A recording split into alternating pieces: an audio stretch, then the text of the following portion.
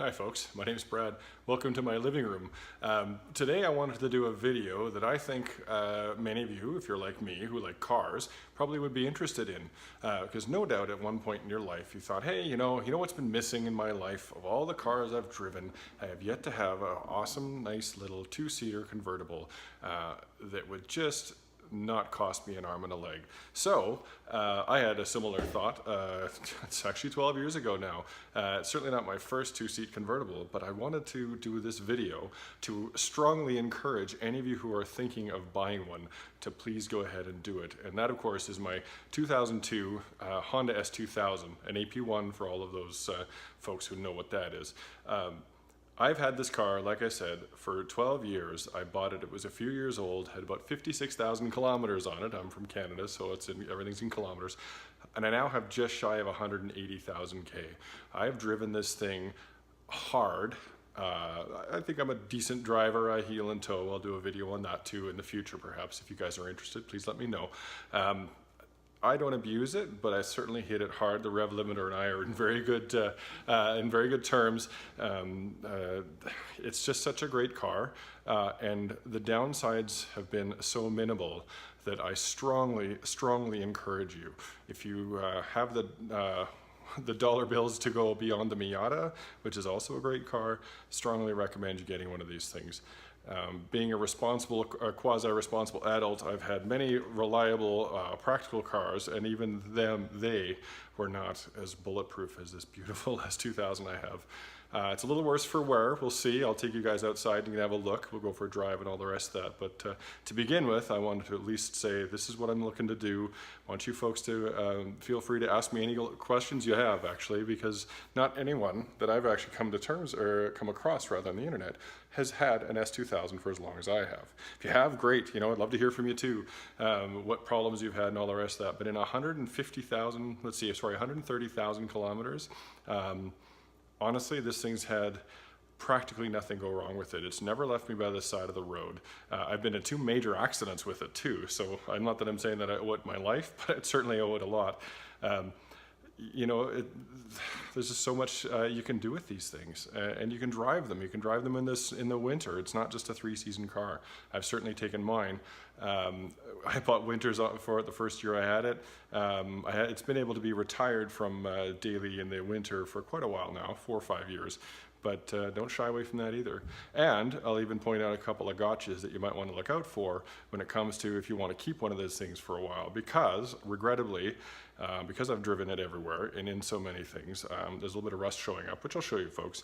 And predominantly that comes from the fact that Asian cars, certainly the Hondas and some Subarus, by the way, they bolt in a fender liner and they start to rust around that screw. So if you have those damn things in your car, take them out, because then it'll prolong that. It'll stave off the risk of the rust showing up right there. So anyway, once again, Brad Fillo here. I'm going to take you out and walk you through my car. And there we have it. As you can see, it's the I think it's Spa Blue. In fact, I'm sure it is. I should know that after having it for so long. Stock wheels, stock everything, frankly, with the exception of the first thing I did. Honda makes great cars, but they do 2 things that I'm not particularly fond of. One is they tend to underbrake the cars. If you've had any German cars, you know how solid that pedal feels and how just confidence inspiring, frankly, is what it is. So the first thing I did for the street, again, this isn't a track car, so for the street, brake performance is all about pad choice, tires, obviously, and I put the stainless lines on it. It's one of the first things I did, just to firm that pedal up and to give you that really solid, firm, solid braking. Again, ABS means you don't have to worry too much about feel, even though that's important, but the stainless lines, honestly, and a decent set of trackable street pads from Hawk, those are the ones I use, and they're solid. They do tend to eat your rotors a little bit, and they tend to be a little noisy and dusty, but hey, you know what? Yes, that's a small trade-off. So I'll take you through that too in a bit, but the most important thing that I've done in order to make this car my own, and you can see once we get down low enough, keys in it, so it's gonna beep at me. Here we go. Again, cars, these things are fantastic. The only drawback is, oh, that's not good. I don't have a video there. Where was I? I was just about to get into the car here. again, Honda makes great cars. They tend to be a little under-braked, so I told you what I did with the brakes. The second thing I did in order to tailor this car for me so I can heel and tow is I spent, it was $100, big deal, to get the throttle pedal made so I can properly heel and tow. And obviously even in this light, you can see how much I've worn that section off simply doing that. I'll do a video later on showing how I do that. Heel and tow is nothing you can't look up on your own. I actually do double clutch heel and towing just because I'm a little older, and that's how I learned on some old race cars actually, which is interesting because if cars don't have a synchro or synchros in the gearbox, you need to be able to do that. So again, best $100 you can spend. The pedal, when you hit it hard, is pretty much right in line with that, so you can easily blip the throttle when you need to. Beyond that, you can see I put a slightly different gear shift knob in. The other one's getting pretty worn out. Again, after 180,000 kilometers, I replaced the aluminum one it came with, not the titanium, with a presumably titanium gear shift knob. It certainly weighs way less, and you know, at least it's new looking. So otherwise, there you go, stock AP1. An 02, like I say, it's got the glass rear window in the top, same top, original top. It's a little worse for wear, it's got a tear in it, but it's hardly up anyway, so it's fine. And then what I also did is, and I'll show you these guys, or I'll show you these with in a better video where I'm actually driving, is the NVIDIA stainless exhaust. Again, this thing is, it's so rev happy. The throttle makes it super easy to heel and tow. The revs make it a joy. And when you stand on this thing, man, is it fun. So anyway, more detail than you wanted. Again, my name is Brad. Thanks for sticking with me for the tour of my car. And I will follow this one with some video of me actually in the car, just beating on this thing, man. It's awesome. You know, they just don't go wrong. They just don't go wrong. Anyway, thanks for sticking with me. Talk to you guys soon. Hey folks, Brad here again. Going for a nice rip on a beautiful evening here where I live. As I mentioned before in previous videos, one of the first things I did for this car was to put, oh watch out bird, was to have a throttle pedal cover, really, custom made so that I could properly heel and tow. Hondas are fantastic cars, but regrettably I have yet to be in one. I haven't been in all of them, so apologies if you have one, but I've yet to be in one that actually can heel and tow really well right from the factory. So see the previous video where I talk about the mod that I did there. Really simple. Had to have someone make it for me though, because I don't have a metal, not easily set up to cut up a lot of aluminum. But anyway, the other thing you'll notice though is my my wicked NVIDIA exhaust, which is got to be, let's see, what would it say, about 8 or 9 years old. Obviously it's stainless, so it sounds great. Won't corrode. It'll always sound this good as long as I don't bounce it off of something and you know, end up putting a hole in it somehow. At the end of the day, the exhaust, the pedals, the free revving motor, honestly, it's a heel and tow dream. It's you don't even have to be going that fast. Just you know, pick some roads, you know, some good second, third gear corners, fourth even. Doesn't have to be that much. Just enjoy how smooth everything is, how easy it is to downshift. I even double clutch downshift, which I'll bore you folks later if anyone wants to know about the difference and obviously why I do that. Certainly I'm not the only one to ever do that, but you know, my reasons are my reasons ultimately, same as anyone else. Just want to know how to do it absolutely properly. Anyway, enjoy the ride. I'm going through a playground zone. I got to go a little slow here, but I'll give it some good boot here in a minute. Man, what a beautiful day. Just love this city in this summertime. It's the 29th of July. You know, where I live here, it'll be light for hours. Yeah, it's beautiful. Perfect climate. 3 seasons of the year to own a car like this. See, not even into VTEC, don't need to, and it's just smooth, buttery smooth, easy, sounds good.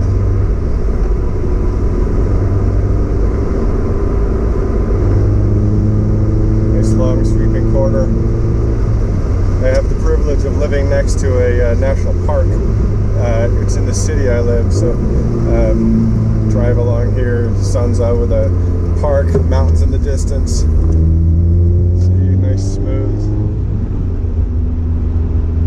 Just love it.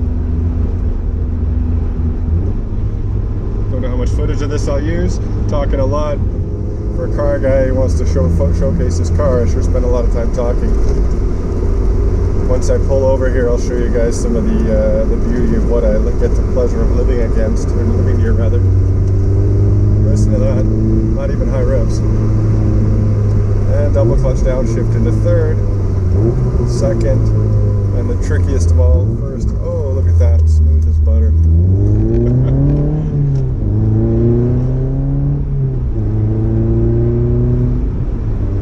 Nice. Hey folks, here I am again. This time I'm about to demonstrate the beauty of revving the hell out of this thing. Man, it sounds good. People say it's like you gotta drive it like you ride a sport bike. They're not that wrong, to be honest. Okay, here we go. Hopefully you won't witness me getting a speeding ticket. Alright, here we go. Oh yeah, there we go.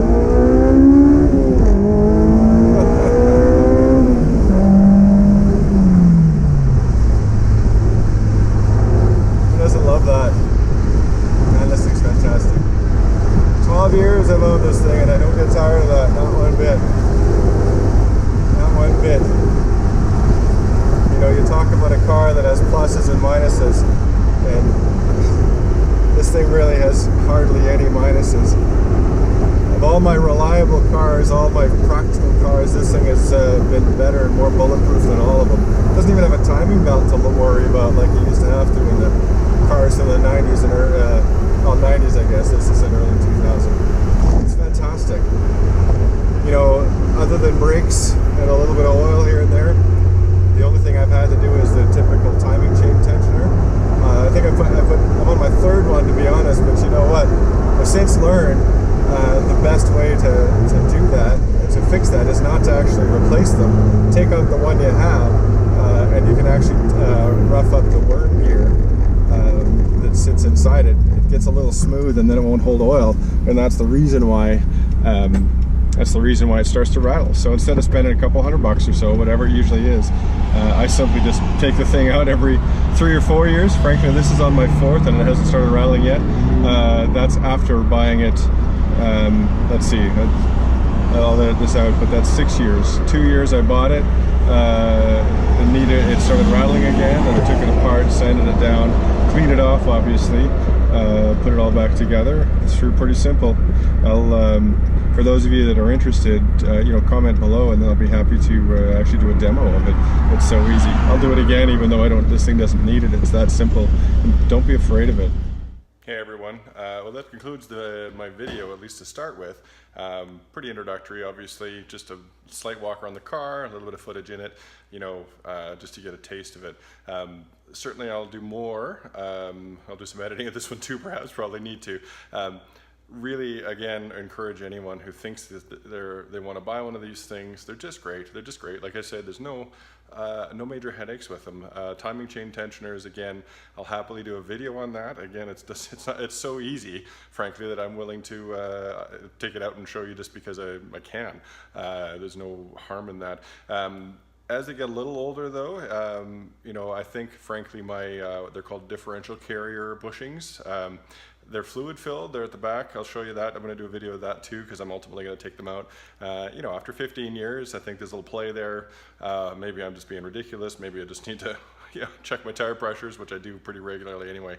But I'm going to give that a shot. And then after 180,000 K, like I say, I think I'm due for a clutch. And that's the original clutch, by the way. So I think I've done pretty well. Again, like I say, heel and toe to make sure that everything's smooth. I do slide the thing around. I do, as I say, make good use of the rev limiter. Who couldn't? You didn't buy a car like that to drive it like a Cadillac. Anyway, again, it's a pretty much bulletproof car. They've never had a failure on the VTEC systems as far as I've ever encountered. As well, just a small shout out to the folks at Speed Academy. They won't know who I am, but I've watched them when they do some of the work on their cars, and they've actually given me the